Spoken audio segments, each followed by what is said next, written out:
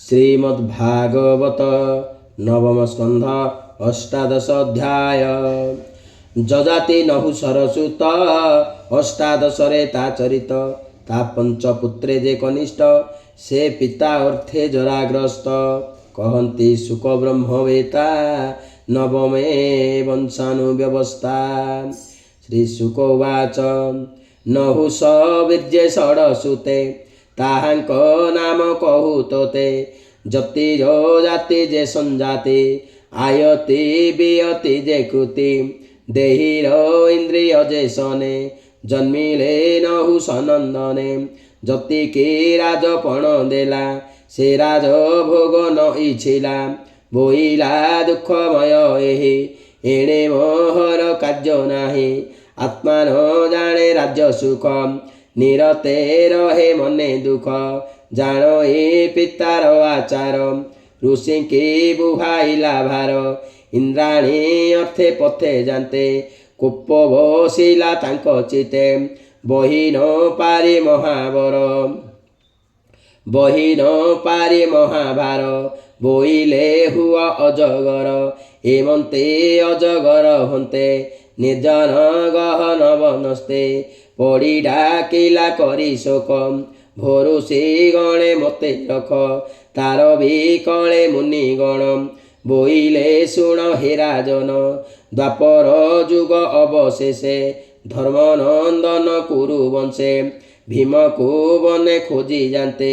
भेट होइब तो संगते भीम को बांधी थिबु तुहि। से पुणी तोर पासे जाई धर्म कहिबे तोते जेबे। निस्तार तोर हेब तेबे एमंत नहुषंकु कहि। से मुनि गले दया बही से पुणी युधिष्ठिर तुले। धर्म विचार करी भले सर्प जोनिरु मोक्ष होई।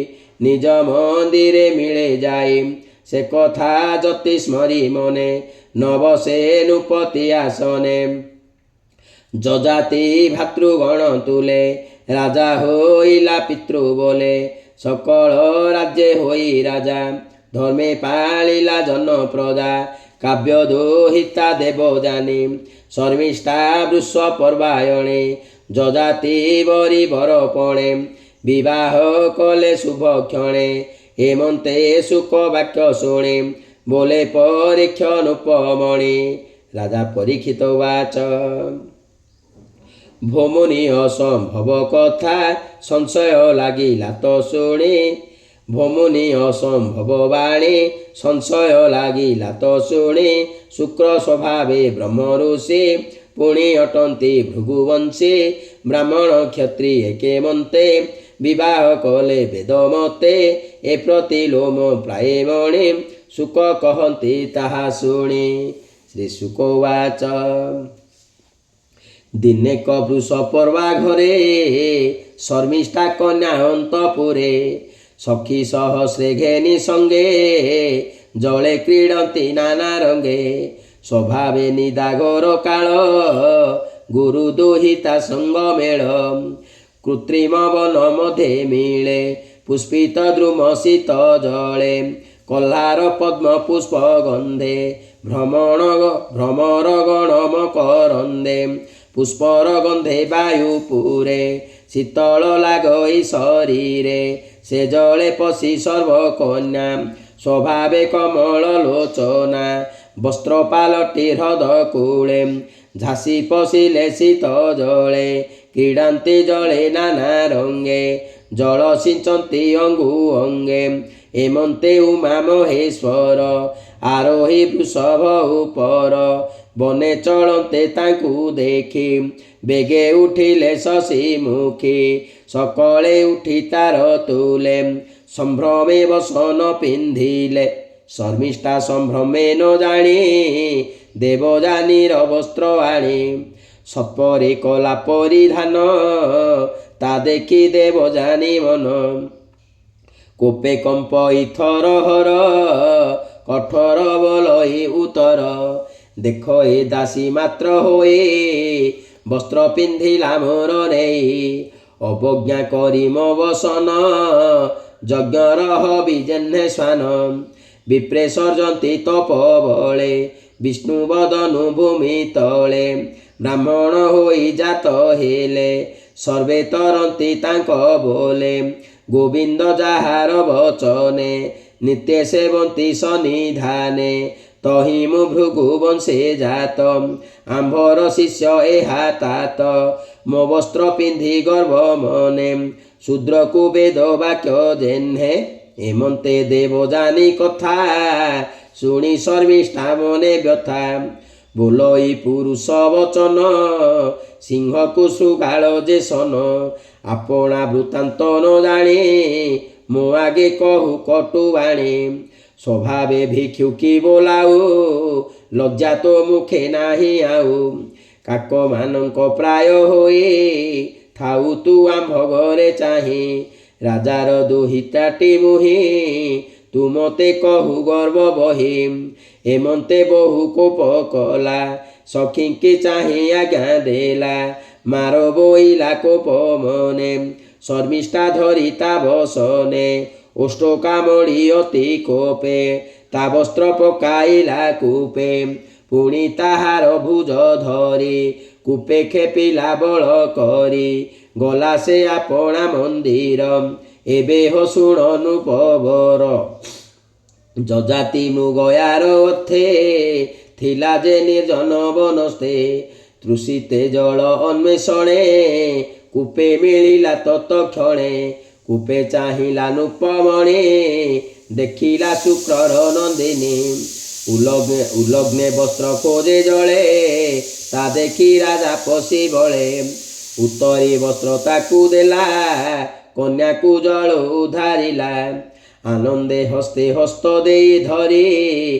कुंपु आनिला दया करी से कन्या राजा मुख चाही गदगदे प्रेम भर होई बोलई शुण नृपमणि तुझे धइलु मोर पाणी तू अटुम बर निश्चय शुण तू निगम निर्णय जे कन्या हस्त हस्ते धरी से निश्चय हुए तार नारी हस्त तू देलु मोर हस्ते मो स्वामी अन्य के जगते ए जे संबंध कन्या बर निश्चय संचेला ईश्वर मु कन्या थिली कूप जले तू मते हस्त धरी बले कूपे स्थापिलु दया बही तो तहु अन्य बर नाही ए शास्त्र मते विचारन्ते ब्राह्मणे न बरिबे मते कच जे बृहस्पति बला पूर्वे से मते साप देला से साप नहिला अंतर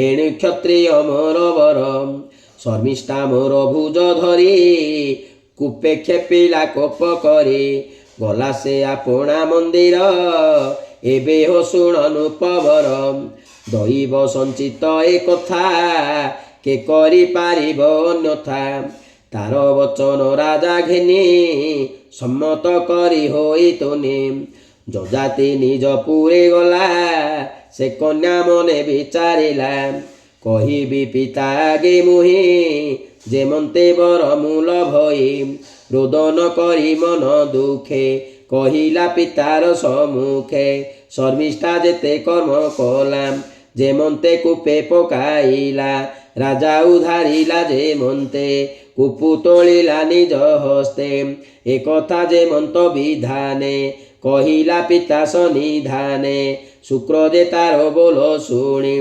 भविष्य कथा मने गुणी बोलई मुंडे देई हस्त धिक मोहर पौरहित्य एमंते मने कोप करी दुहिता कर करे धरी वृष पर्वार पुरु गला बेगे असुरत जानिला अनेक मते स्तुति कही चरणे गड़ घाली सोई क्षणक ब्राह्मणर कोप तक्षणे भृगु हास्य मुख बोलई तार मुख चाहे आंभर दुहिता जे एही ए कन्या वाक्य तुम्भे घेन एहार इच्छा कर पूर्ण जजाति कूप उधारिला ए कन्या हस्ते हस्त देला मुए वेद वाक्य मते ब्राह्मणे करी परिबि केमंते जेपरी कन्या हुए शांति ता बेगे कर तुनु पते ଭୃଗୁଙ୍କ ବାକ୍ୟ ମନେ ଗୁଣି ସେ ବୃଷ ପର୍ବାନୁପମଣି ଦେବଯାନୀର ପାଶେ ଗଲା ବିନୟ ହୋଇଣ କହିଲା ନିଜ କନ୍ୟାର ଦୋଷମାନ ସମସ୍ତ କଲା ନିବେଦନ ତାହାର ସ୍ତୁତି ବାକ୍ୟ ଶୁଣି ସନ୍ତୁଷ୍ଟ ହୋଇ ଦେବଯାନୀ ନିଜର ଯାହା ଅଭିଳାଷ ତାଗେ କଲାକ ପ୍ରକାଶ ବୋଲ ଏଇ ଶୁକ୍ରର ଦୁହିତା ଶୁଣ ତୁ ଆମ୍ଭର ବାରତା ମୋ ପିତା ଯହିଁ ମୋତେ ଦେବ ଶର୍ମିଷ୍ଠା ମୋର ସଙ୍ଗେ ଥିବ ମୁଁ ତାର ହେବି ଶ୍ରେଷ୍ଠ ନାରୀ ତୋ କନ୍ୟା ହେବ ପରିବାରୀ କନ୍ୟାର ଠାରୁ ବାଣୀ ଶୁଣି ଅସୁର ରାଜ ହେଲା ତୁନି ଭାଳନ୍ତି ବୃଷ ପର୍ବାରାଏ ବିପଦ ପଡ଼ିଲା ଥୋକାଏ ସଖୀ ସମେତ କନ୍ୟା ଆଣି ବୋଇଲା ନିଅ ଦେବଯାନୀ ଏମନ୍ତେ ଶର୍ମିଷ୍ଠା ହୋଇଲା ଦେବଯାନୀର ଦାସୀ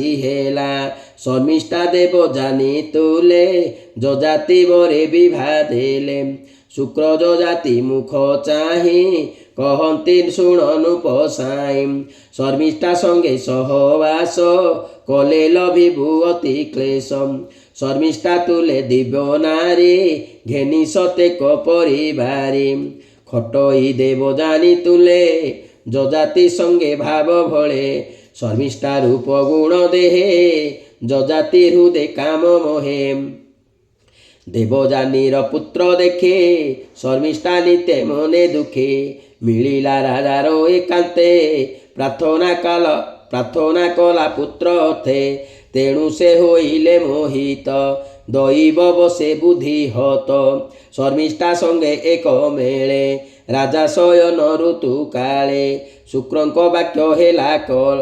ଶୁକ୍ରଙ୍କ ବାକ୍ୟ ହେଳା କଲା ଶର୍ମିଷ୍ଠା ସଙ୍ଗେ ସଙ୍ଗ କଲା ଯଦୁତୁର୍ବ ସୁବେନି ଭାଇ ଦେବଯାନୀର ଗର୍ଭୁ ହୋଇ ଆବର ଶର୍ମିଷ୍ଠା ଗର୍ଭରୁ ଜନ୍ମିଲେ ଦ୍ରୁହି ଅନୁପୁରୁ ସେ ଦେବଯାନୀ କୋପ ଭରେ କହିଲା ପିତାର ଆଗରେ ପିତା ଚରଣ ତଳେ ପଡ଼ି କାନ୍ଦଇବେନି କର ଯୋଡ଼ି ଶର୍ମିଷ୍ଠା ତୁଲେ ରାଜା ନିତ୍ୟ ରାତ୍ର ଦିବସ ତା ସଙ୍ଗତେ ତାହାର ବସ ପ୍ରାୟ ରହେ କୋପ ନୟନେ ମୋତେ ଚାହେଁ ଶର୍ମିଷ୍ଠା ପ୍ରେମ ବନ୍ଧ ଆସେ କେବେ ନ ମିଳେ ମୋ ପାଶେ ଏମନ୍ତେ ଦୁହିତା ବଚନେ କୋପ ବସିଲା ଶୁକ୍ର ମନେ ମିଳିଲା ରାଜାର ସମୀପେ ଗରୁଡ଼ ମିଳେ ଯେହ୍ନେ ସର୍ପେ ବୋଇଲା କୋପ ଭର ହୋଇ ଅଧର୍ମ ଆଚରିଲୁ ତୁହି ମୋର ଦୁହିତା କଲୁ ଦୂର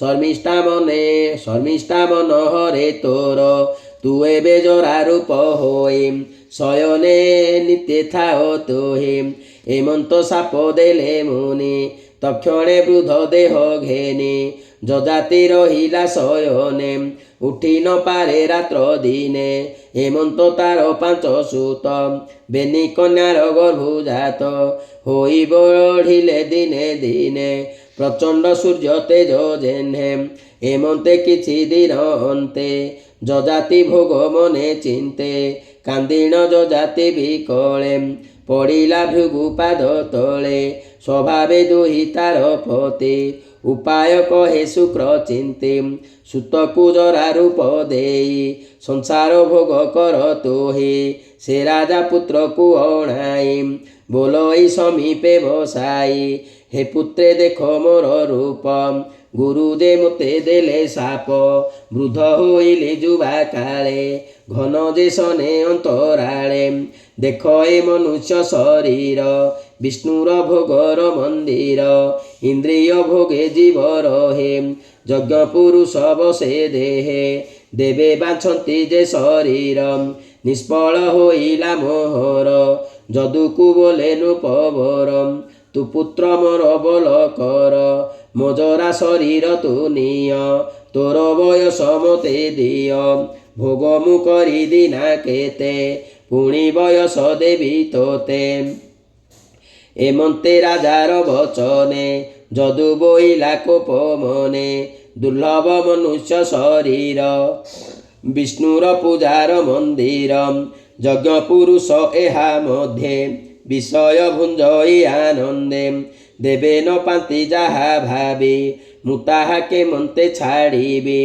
ଏମନ୍ତେ ଯଦୁ ମୁଖ ଶୁଣି କୋପେ ବୋଲଇନୁ ପମଣି ମୋର ବଚନ ତୁ ନ କଲୁ ରାଜଭୋଗକୁ ନ ଛାଡ଼ିଲୁ ତୋ ବଂଶେ ରାଜା ଯେ ହୋଇବ ମୂର୍ଧନା ଫାଟି ସେ ମରିବ ଏମନ୍ତ ସାପ ତାକୁ ଦେଇ ପୁତ୍ରଙ୍କୁ ଜଣେ ଜଣେ ରାହି ତୁର୍ବସୁ ଦ୍ରୁହ୍ୟୁ ଅନୁତିନି ରାଜା ବଚନେ ହେଲେ ତୁନି ପୁରୁ ଯେ ଥିଲା ରାଜା ପଛେ ତକ୍ଷଣେ ମିଳିଲା ପ୍ରତକ୍ଷେ ଭୂତା ତ ମୋତେ ଆଜ୍ଞା ଦିଅ ମୋର ବୟସ ତୁମ୍ଭେ ନିଅ ତୋ ବୃଦ୍ଧ ରୂପ ଦିଅ ମୋତେ ମୋ ରୂପେ ବଞ୍ଚ ଦିନା କେତେ ଏ ଦେହେ ଶୁଣ ନର ରାଣ କେ ସୁଝି ପାରେ ପିତୃଋଣ ପିତାର ମନ ଜାଣି କରେ ଉତ୍ତମ ପୁତ୍ର ସେବେ ଭାରେ ଶ୍ରଦ୍ଧାରେ ଆଜ୍ଞା ଯେ ପାଳଇ ମଧ୍ୟମ ପୁତ୍ର ସେ ବୋଲାଇ